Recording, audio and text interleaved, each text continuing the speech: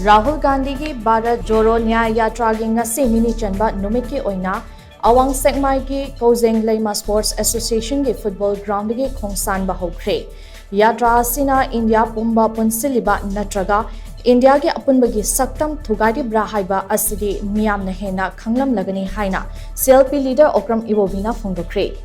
Bharat Jodo Nyay Yatra की Nini Chanba Numit की खोंगचट अदु ngasi ayuk pung nipan taba aduaida Congress की लुचिंगबा Rahul Gandhi na लुचिंगदुना खोंगसानबा हौखे खोंगचट अदु लंथाबा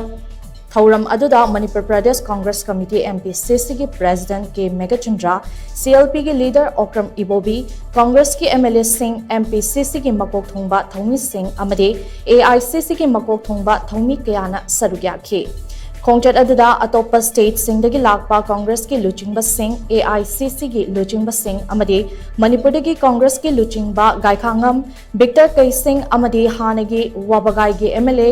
MD फजल रहीम नचिंगबसु सरुक्याखे यात्रा अदुगी मतंगदा CLP की लीडर ओकम इबोबी ना हाई राहुल गांधी ना इंडिया thugairiba nattraga BJP ना लुचिंगबा लेंगाक असिना इंडिया thugairiba हाइबा से मियाम ना हेना खंगलमगने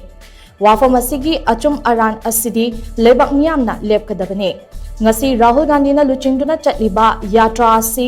yamna singthaningaine yatra asi miyamda justice pinaba khongchatni yatra asi da Manipur miyamna saugatpiba asi thagatningaine yatra asi achauba maipakpa amani haina mahakna makata khe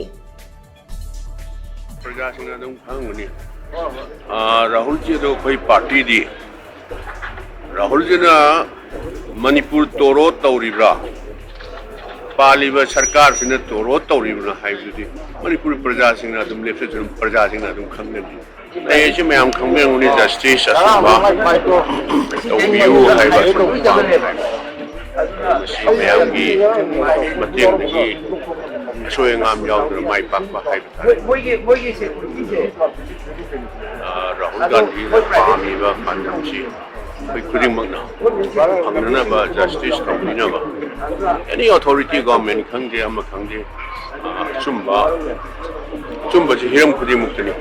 economy की खंगे economy justice social justice women की farmer सिंह की सुम्बा justice से मसी की दमुक्ता सुम्बा तौबियु हाइनमदुगी सेगी मणिपुर दिगी दोगा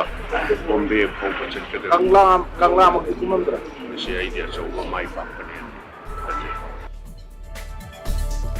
यात्रा की मतंगदा MPCC की प्रेसिडेंट के मेगाचंद्रन हाई असिगुंबा यात्रा अमा मणिपुर के हौदुना चटलिबा से यामना मसक थोकपा अमने यात्रा असिदा नेशनल की लीडर कया लाक्तुना हौजिक मणिपुर दा ओइरिबा फिबम असिदा सरुग्यारिबा असि अइखोइगी यामना लाइबक फबा अमने यात्रा असि इंडिया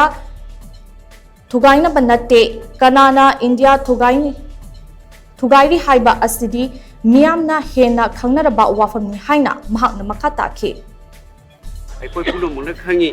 सरकार पारिबा पार्टी सिगी लीडर मियाम सिंगसे थानिपान हेलबसे तुमिन्ना लई हुजिकसु लोंगमबक मणिपुर गिदमक कंसल्ट तौबिदे रंग ऑनरेबल चीफ मिनिस्टर ना हारिबदो भारत अमदी मणिपुर थुगाइबा लाइनि हाय wonderful the statement of the chief ministers is really wonderful such type of statement should not be released should not be said anything like but the thing is that man ever Manipur thugairi si kana no Siri yamba ikai kunazariba chief minister Siri Biren Singh magni Manipur thugairi si aikhoi di shanti aikhoi ki kholau parja ga loina shanti pubiro u aikhoi punjalasi mache tabagi wakhal thadoksi aikhoi ki hak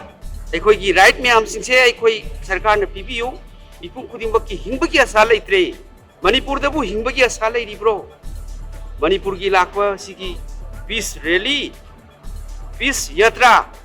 We cannot go to Kangpopi now. We are stopping here at Chiang Mai.